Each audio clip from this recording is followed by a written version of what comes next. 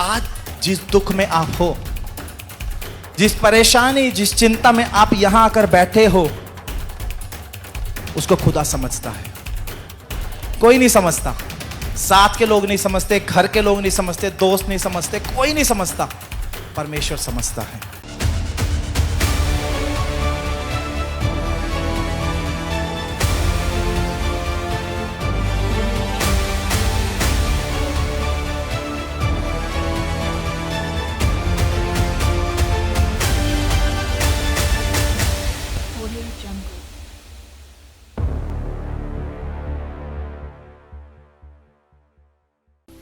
सबको जय मसीह की। प्रभु यीशु मसीह का धन्यवाद हो। प्रभु हमारे बीच में है और परमेश्वर हमारे बीच में अद्भुत कामों को करने वाला है। आमीन, हालेलुया। सचमुच में हमारे जीवन में बहुत बार ऐसा समय आता है जब दुख ही दुख होता है, और दुख एक के बाद एक, एक के बाद एक, एक के बाद एक दुख के खत्म होने से पहले दूसरा दुख, दूसरे दुख के खत्म होने से पहले तीसरा, तीसरे खत्म होने से पहले चौथा। ऐसा बहुत सारे लोगों की जिंदगी में समय आता है जब दुख से निकलने की जितनी ज्यादा कोशिश करते हैं, उतना बड़ा दुख हमारी जिंदगी में इंतजार कर रहा होता है। ऐसे टाइम पर हमारी जिंदगी में हमारा जिंदा परमेश्वर है जो हमारा छुटकारा कर सकता है। आमीन। हर व्यक्ति को अपने जीवन में अपना दुख बहुत बड़ा लगता है, इसमें कोई शक नहीं है। जब बीमार मैं होऊंगा तो मुझे अपनी बीमारी हो सकता है सबसे बड़ी लगे, चाहे सिर में दर्द या बुखार ही क्यों ना हो। सामने वाले व्यक्ति को अगर कैंसर भी होगा तो भी शायद मुझे मेरा सिर दर्द सामने वाले व्यक्ति के कैंसर से बड़ा लगेगा, क्योंकि मैं उस दुख से निकल रहा हूं। हालेलुया। मेरे दुख को या तो मैं खुद समझ सकता हूं या मेरा परमेश्वर समझ सकता है, उसके अलावा उस दुख को समझने वाला शायद ही कोई मिले। हालेलुया। जब यीशु मसीह शारीरिक रूप से हमारे बीच में इस दुनिया में 2000 साल पहले आए, तो यीशु मसीह इन बातों को बड़े अच्छे से समझते थे। जब एक औरत जिसका इकलौता बेटा मर गया, नाइन नगर में वो विधवा रहती थी, पहले से विधवा थी, इकलौता बेटा था। जब वो मर गया और उसके शरीर को लेकर, उसकी बॉडी को लेकर जब लोग जा रहे थे, तो बाइबल बोलती है यीशु मसीह ने शहर के किनारे पर, मतलब शहर पनाह पर, बॉर्डर पर देखा, सब लोग रो रहे हैं, वो विधवा औरत रो रही है। तो बाइबल में लिखा है यीशु मसीह को तरस आया, क्योंकि यीशु मसीह समझ पा रहे थे उस औरत का दुख कितना बड़ा है, जिसका पति पहले से नहीं है, इकलौता जवान बेटा था जिसके सहारे उसकी जिंदगी उसको जीनी थी, वो भी चला गया। कितना बड़ा दुख उस औरत के जीवन में था, वो यीशु मसीह ने समझा और यीशु मसीह ने वहां पर बड़ा चमत्कार कर दिया, उस मुर्दे को जिंदा कर दिया, और वहां जितने लोग दुखी थे सबको यीशु मसीह ने आनंदित कर दिया, क्योंकि बाइबल में परमेश्वर ने बोला तुम्हारा शोक आनंद में बदल जाएगा। आमीन। आज आपके जीवन में भी ऐसा दुख हो सकता है, या ऐसी कोई मुसीबत, ऐसी कोई समस्या, ऐसी कोई परिस्थिति में आप फंसे हो सकते हैं जिसको केवल आप जानते हो, जिसको केवल आप समझते हो। जब आप प्रार्थना में बैठते हो तो आपके आंसू बहते हैं, पर आप किसी और को बता भी नहीं पाते, और अगर बता भी दो शायद कोई समझ नहीं पाता, क्योंकि दुख है ही ऐसा, दुख है ही इतना बड़ा। मैं कर्ज में होता हूं, या कर्ज में कोई भी व्यक्ति होता है, जब कोई व्यक्ति कर्ज में होता है, कर्ज, सामने वाले को बोलो कर्जा हो गया, सामने वाले बोला कोई बात नहीं यार, कुछ लाख का कर्जा उतर जाएगा। पर जब वो कर्जा लेने वाले घर के दरवाजे पे आके खड़े होते हैं, गालियां देते हैं, गलत बातें बोलते हैं, पूरे मोहल्ले में, पूरे इलाके में बेइज्जती करते हैं, उस दर्द को केवल वही व्यक्ति समझ सकता है जो उस कर्ज में है। हालेलुया। जब कोई बीमारी में होता है, डॉक्टर के पास जाएगा, डॉक्टर को बोलेगा मेरे ये शरीर के इस हिस्से में बड़ा दर्द है, मैं इतने टाइम से खाना नहीं खा पा रहा हूं, मुझे कुछ भी डाइजेस्ट नहीं हो रहा। डॉक्टर बहुत सिंपल समझेगा, दवाई दे देगा, लो खा लो ठीक हो जाओगे। किसी और को बताएगा, वो भी बोलेगा कोई बात नहीं, छोटी मोटी समस्या है। पर उस दुख को वो व्यक्ति ही समझ सकता है जो कुछ भी थोड़ा सा खा रहा है और अंदर नहीं जा रहा। बदहजमी हो रही है, उसको हजम ही नहीं हो रहा, उसको उल्टी आने जैसा हो रहा है, वो चैन से ना बैठ पा रहा है, ना लेट पा रहा है, ना चल पा रहा है। ऐसी हालत होगी उस व्यक्ति की, और वो चाह के भी किसी को बता नहीं सकता। आज मैं आपको एक बात बोलना चाहता हूं, आपके जीवन में कोई भी दुख हो, आप किसी भी परेशानी में इस समय फंसे हुए हो, आप किसी भी मुसीबत में इस समय चल रहे हो, कोई समझे या ना समझे, आज जिस परमेश्वर के पास आप आए हो वो समझता भी है, वो दूर भी कर सकता है, वो हालातों को बदल भी सकता है, वो आपके दुख को आनंद में लेकर जाएगा, क्योंकि वो बोलता है तुम्हारा शोक आनंद में बदल जाएगा। आमीन, हालेलुया। कुछ लोग घरों में दुष्ट आत्माएं होती हैं, लोग बताते हैं पास्टर जी दुष्ट आत्माएं हैं, आसपास वालों को बताया जी दुष्ट आत्माएं बड़ा तंग कर रही हैं। अब कुछ लोग इस बात का मजाक उड़ाते हैं, अरे भूत होते हैं क्या, भूत तो होते ही नहीं। कुछ लोग बोलेंगे अरे तुम डरते क्यों दुष्ट आत्माओं से। लेकिन जिस व्यक्ति के कमरे में रोज रात को दुष्ट आत्मा आके खड़ी हो जाती है और वो व्यक्ति चैन से सो नहीं पा रहा कई दिनों से, कई हफ्तों से, कई महीनों से, उस व्यक्ति की परेशानी को वही समझ सकता है कि कैसे हर रात वो दुष्ट आत्मा उसको परेशान करती हैं, उसका सोना मुश्किल हो चुका, उसका काम करना मुश्किल हो चुका, और उस दुष्ट आत्मा की उपस्थिति के कारण उसकी जिंदगी में बहुत सारे फेलियर्स हैं। कोई नहीं समझेगा, इसलिए मैं आपको बताना चाहता हूं, आपको कोई समझे कोई ना समझे, आपकी परेशानी कोई दूर करे कोई ना करे, आपके जीवन में अब एक सच्चा इकलौता और जिंदा खुदा है जिससे आप अपनी परेशानी बयान कर सकते हो, जो आपको परेशानी से निकाल सकता है, जो आपके हालात को बदल सकता है, जो आपके जीवन के बंधनों को तोड़ सकता है, जो आपके दुख को सुख में बदल सकता है। आमीन, हालेलुया। एक वचन हम बाइबल से पढ़ेंगे, हम निकालें यिर्मयाह की किताब अध्याय 31 उसका 13 वचन। यिर्मयाह पुराने नियम की किताब है, भजन संहिता के बाद है। 31 अध्याय उसका 13 वचन हम पढ़ेंगे। उस समय उनकी कुमारियां नाचती हुई हर्ष करेंगी और जवान और बूढ़े एक संग आनंद करेंगे, क्योंकि मैं उनके शोक को दूर करके उन्हें आनंदित करूंगा। मैं उन्हें शांति दूंगा और दुख के बदले आनंद दूंगा। आमीन, आमीन, हालेलुया, हालेलुया। परमेश्वर का वचन यहां बोलता है मैं उन्हें शांति दूंगा, दुख के बदले आनंद दूंगा। आपके जीवन के हालात कितने बदतर हैं कोई नहीं समझेगा। आप सुबह उठते ही कितनी चिंता में आ जाते हो कुछ बातों के कारण, कोई नहीं समझेगा, परमेश्वर समझता है। हालेलुया। हम अय्यूब के जीवन की स्टोरी को बहुत बार पढ़ चुके हैं, बहुत बार सुन चुके हैं। बाइबल में एक व्यक्ति है, उसका नाम अय्यूब था। अय्यूब के जीवन में शैतान ने जब काम करना शुरू किया तो बाइबल में लिखा है शैतान ने सबसे पहले अय्यूब के जितनी संपत्ति थी, अय्यूब एक बहुत धनी व्यक्ति, बहुत अमीर आदमी था, उसके पास बहुत कुछ था, बहुत सारे ऊंट, बहुत सारे बैल, बहुत सारी भेड़ बकरियां, बहुत सारे जानवर, बहुत सोना चांदी, बहुत सारी प्रॉपर्टी अय्यूब के पास थी। अय्यूब के पास जितना कुछ था, जब शैतान ने काम करना शुरू किया तो बाइबल में लिखा है अय्यूब ने उसकी सारी संपत्ति को खत्म कर दिया। एक करोड़पति व्यक्ति एक दिन में सड़क पे आ गया।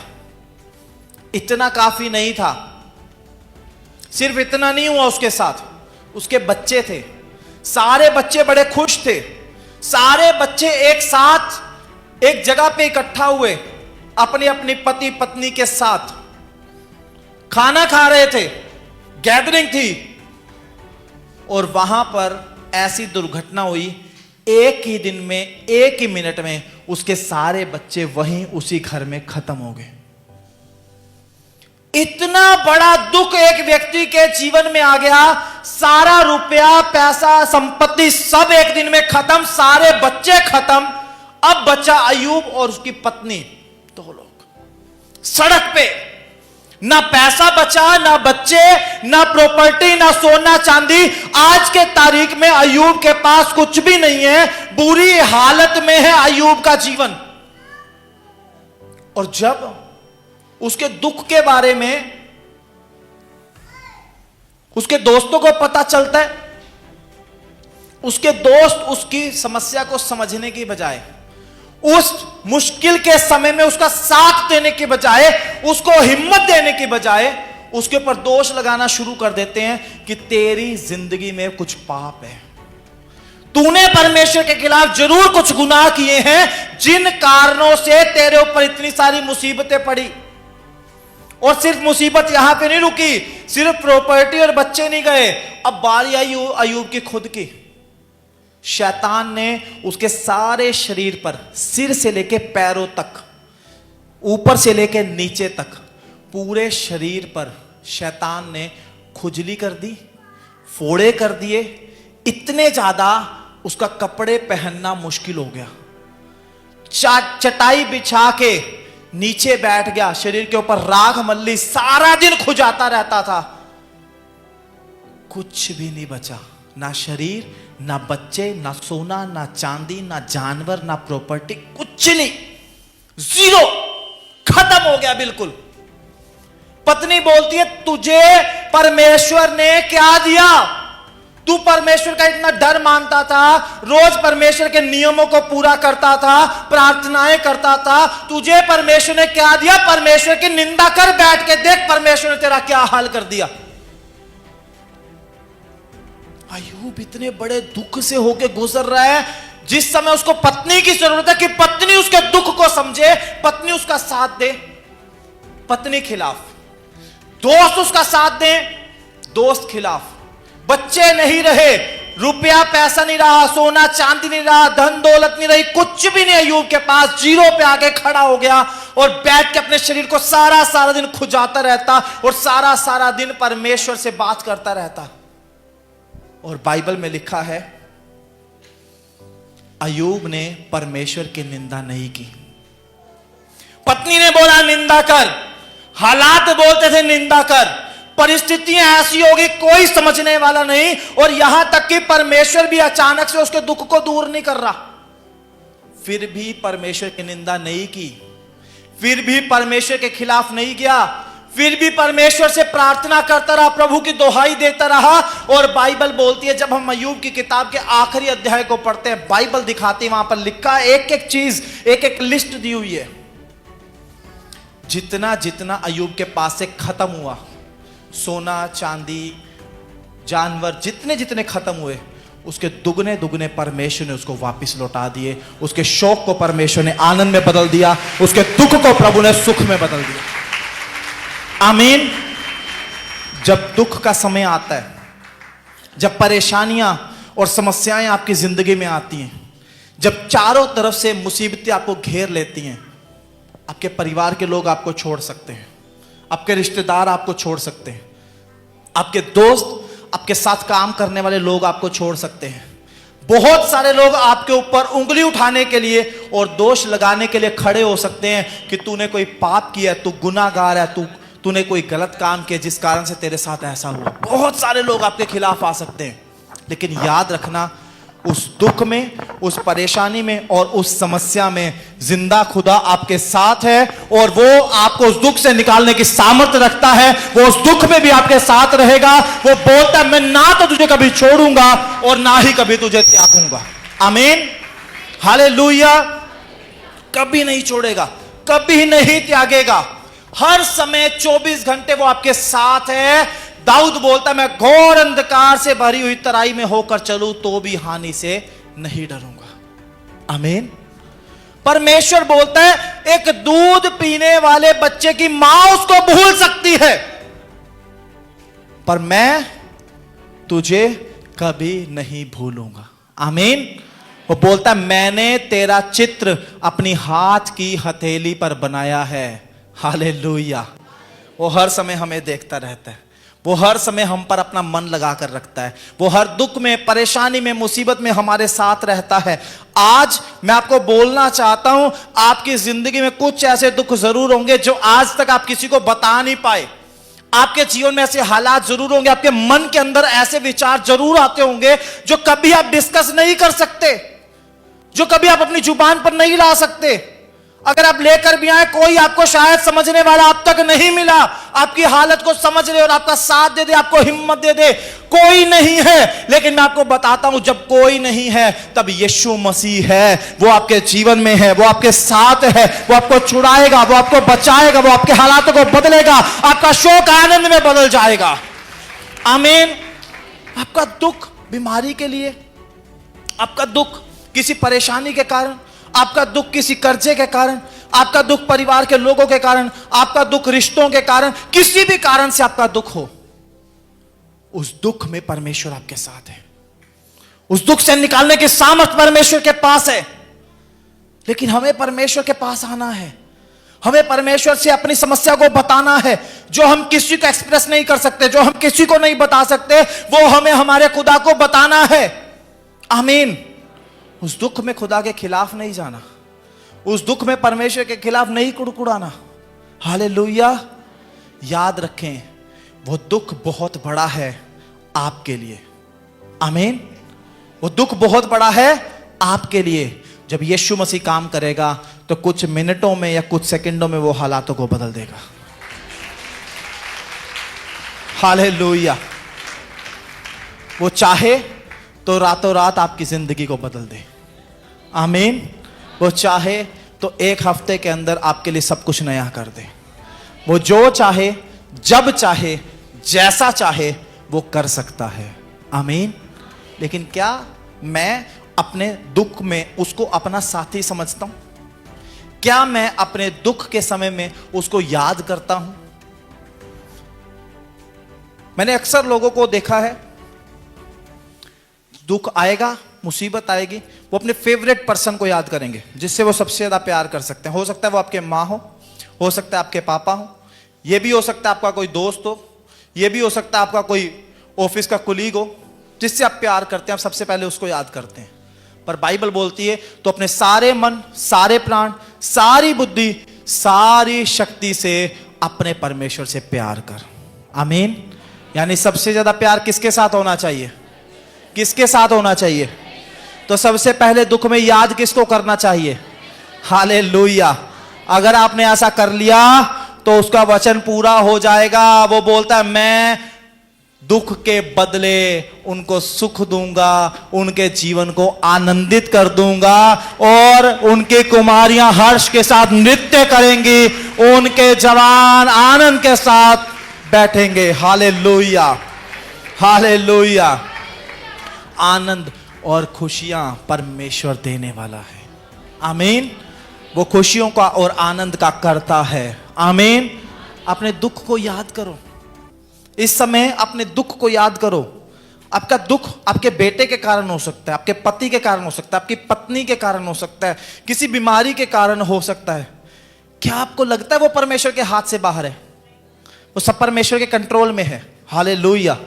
चाहे वो अन्य जाति हो, चाहे वो विश्वासी हो, चाहे घर के लोग हो, चाहे बाहर के लोग हो, चाहे हालात शैतान ने बनाए हैं, तब भी मैं आपको बोलना चाहता हूं, उन हालातों को बदलने वाला परमेश्वर आपके जीवन में है और शैतान के कामों को खत्म करके वो अपने कामों को आपकी जिंदगी में दिखाएगा, आपके जीवन के हालातों को बदलेगा, आपको बंधनों से आजाद करेगा, बीमारियों से चंगा करेगा, कर्ज से छुड़ाएगा, आपकी जिंदगी से डिप्रेशन को दूर करेगा, आपको दुखों से निकालेगा और आपकी जिंदगी में आनंद और शांति को वो परमेश्वर रिस्टोर करेगा। आमीन। हालेलुया। इसको बोलते हैं गॉड ऑफ रेस्टोरेशन, मतलब पुनः स्थापन का परमेश्वर। जो हमने खोया है, जो हमसे दूर हो गया, जो हमारे हाथ से चला गया, परमेश्वर उसको पुनः स्थापित कर देता है, वो फिर से वापस ले आता है। आमीन। आपको मैं एक बात बोलना चाहता हूं, ध्यान से सुनना, बोलो हालेलुया। दाऊद की जिंदगी में जानते हैं क्या हुआ?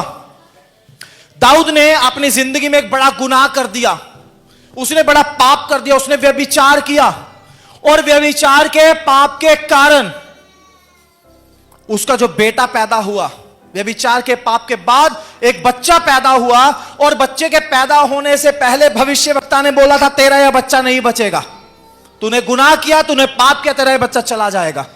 बच्चा पैदा हुआ, बच्चा बीमार हुआ, प्रार्थना करता रहा दाऊद, घुटनों पे बैठा रहा, रोता रहा, उपवास करता रहा, लेकिन उसका बच्चा नहीं बचा, क्योंकि खुदा ने डिसाइड किया था यह बच्चा नहीं बचेगा। बच्चा चला गया दुनिया छोड़ के। अगली बार उसी औरत से जो बच्चा पैदा हुआ, जानते हैं वो कौन था? वो सुलेमान था, जो दुनिया का सबसे बुद्धिमान व्यक्ति था, जो दुनिया का सबसे अमीर राजा था, जो उस समय का सबसे बड़ा व्यक्ति था। उसके बाद वो पैदा हुआ क्योंकि परमेश्वर ने उसके जीवन को रिस्टोर कर दिया और उसको एक ऐसा बेटा दे दिया जो पहले से बढ़कर था। आमीन। आपके ऊपर दुख आया, आपकी नौकरी चली गई। आपके ऊपर दुख आया, आपका बड़ा नुकसान हो गया। आपके ऊपर दुख आया, आपका मकान बिक गया। याद रखना, आपका एक मकान बिका है, जब खुद आपको ब्लेस करेगा उससे बड़ा, उससे अच्छा आपको दूसरा मकान दे देगा। आपकी एक नौकरी गई है, जब परमेश्वर दूसरी नौकरी देगा वो उससे बेहतर और उससे अच्छी होगी। आपके ऊपर जो दुख आया था, जितना समय आपने दुख में बिताया है, याद रखना उससे दुगना समय आप आनंद खुशी में बिताने के लिए जा रहे हैं। हालेलुया।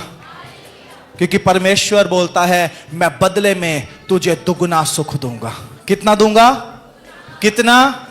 कितना? बोलो हालेलुया। इसको छोड़ दो थोड़ी देर, बोलो हालेलुया। परमेश्वर बोलता है मैं बदले में तुम्हें दुगना सुख दूंगा। आमीन। आपके जीवन में दुख नोट करो, देखो आप कितने समय से दुख में हो, कितनी बड़ी बीमारी आपके जीवन में है, कितनी बड़ी समस्या में आप फंसे हुए हो। याद रखना, जितना बड़ा दुख और जितनी बड़ी समस्या आपकी जिंदगी में शैतान ने डाली है, उसकी दुगनी परमेश्वर ब्लेसिंग के रूप में आपको देने के लिए जा रहा है। दुगना धन, दुगनी आशीषें, दुगना सुख, दुगना आनंद, सब कुछ दुगना होकर, सब कुछ रिस्टोर होकर आपकी लाइफ में वापिस आने वाला है, क्योंकि अय्यूब को प्रभु ने बदले में सब कुछ दुगना करके दिया है। आमीन। हालेलुया। आपकी जिंदगी में आज आप यहां बैठकर कुछ बातों को सोचकर निराश हो सकते थे। हो सकता है पिछले कई दिन, पिछला पूरा हफ्ता या पिछला पूरा महीना आपका ऐसे ही सोच सोच कर निकला हो, लेकिन आज मैं आपको परमेश्वर की ओर से वादा करना चाहता हूं, आपकी जिंदगी में परमेश्वर सब कुछ नया करने के लिए जा रहा है, सब कुछ रिस्टोर करने के लिए जा रहा है, सब कुछ दुगनी आशीष के रूप में वापस करने के लिए जा रहा है। वो परमेश्वर सब कुछ नया करने के लिए जा रहा है। Hallelujah, hallelujah, hallelujah. परमेश्वर ने अय्यूब को दुगना वापस लौटाया, लेकिन आपको क्या लगता है, उसके 5 बच्चे जब मर गए थे तो क्या एक ही दिन में या एक ही साल में वो 5 बच्चे वापस आ गए होंगे? नहीं, नहीं। 5 बच्चे पैदा होने में टाइम लगता है। हालेलुया। वो जो जानवर मर गए थे सारे एक ही दिन में खत्म हो गए थे, क्या वो एक ही दिन में दुगने होकर वापस आ गए होंगे? नहीं, उसको टाइम लगा। हालेलुया। हम बहुत बार सोचते हैं मेरी एक दिन नौकरी चली गई है, अगले दिन मुझे मिल जाए, अगले हफ्ते मुझे मिल जाए। नहीं, खुदा का एक समय है, वो सब कुछ रिस्टोर जरूर करेगा। वो आपको पहले से बढ़कर घर देगा, पहले से बढ़कर नौकरी देगा, पहले से बढ़कर रुपया, पैसा, सोना, चांदी, धन दौलत सब कुछ दे सकता है, लेकिन उसके लिए आपको परमेश्वर के समय की इंतजार करनी है, प्रभु के पीछे चलना है। वो सब कुछ रिस्टोर करके आपके जीवन में नया कर देगा। आमीन। हालेलुया। क्या आप चाहते हैं वो आपकी जिंदगी में ऐसा करे? कितने लोग चाहते हैं? क्या आप सचमुच में चाहते हैं? मैं एक बात बोलकर खत्म करना चाहता हूं, फिर से रिपीट कर रहा हूं। आज जिस दुख में आप हो, जिस परेशानी, जिस चिंता में आप यहां आकर बैठे हो, उसको खुदा समझता है। हालेलुया। कोई नहीं समझता, साथ के लोग नहीं समझते, घर के लोग नहीं समझते, दोस्त नहीं समझते, कोई नहीं समझता, परमेश्वर समझता है। आमीन। आज परमेश्वर आपकी जिंदगी को नया करने के लिए जा रहा है। आज रिस्टोरेशन की शुरुआत होने के लिए जा रही है यीशु मसीह के नाम से। आज सब कुछ वापस आने का प्रोसेस शुरू होने के लिए जा रहे हैं यीशु मसीह के नाम से। खोने का समय खत्म, अब वापिस आने का समय शुरू हो चुका है यीशु मसीह के नाम से। वो वापिस पहले जितना नहीं आएगा, वो दुगना होकर वापिस आने वाला है। तैयार है आप लोग दुगनी आशीष पाने के लिए, दुगना सामर्थ पाने के लिए, दुगने सुख को लेने के लिए, दुगने आनंद को देखने के लिए तैयार है? कितने लोग तैयार है? अपने हाथों को हिलाएं और प्रभु का धन्यवाद करें और बोले प्रभु यीशु मसीह के नाम से, बोलो प्रभु यीशु मसीह के नाम से, मेरी जिंदगी में जितना दुख था, जितनी परेशानियां थी, जितना नुकसान था, यीशु मसीह के नाम से दुगना आनंद, दुगनी खुशियां, नुकसान के बदले में दुगनी आशीष यीशु मसीह के नाम से मुझे मिलने के लिए जा रही है। मैं रिसीव करता हूं यीशु के नाम से, मैं रिसीव करता हूं यीशु मसीह के नाम से, डबल ब्लेसिंग्स को रिसीव करता हूं यीशु मसीह के नाम से। आमीन, हालेलुया। सभी भाई बहनों को जय मसीह की। अगर आप दिल्ली या दिल्ली के आसपास रहते हैं तो आप सब जरूर आएं लिविंग ग्रेस चर्च दिल्ली में। अधिक जानकारी के लिए दिए गए नंबर पर संपर्क करें।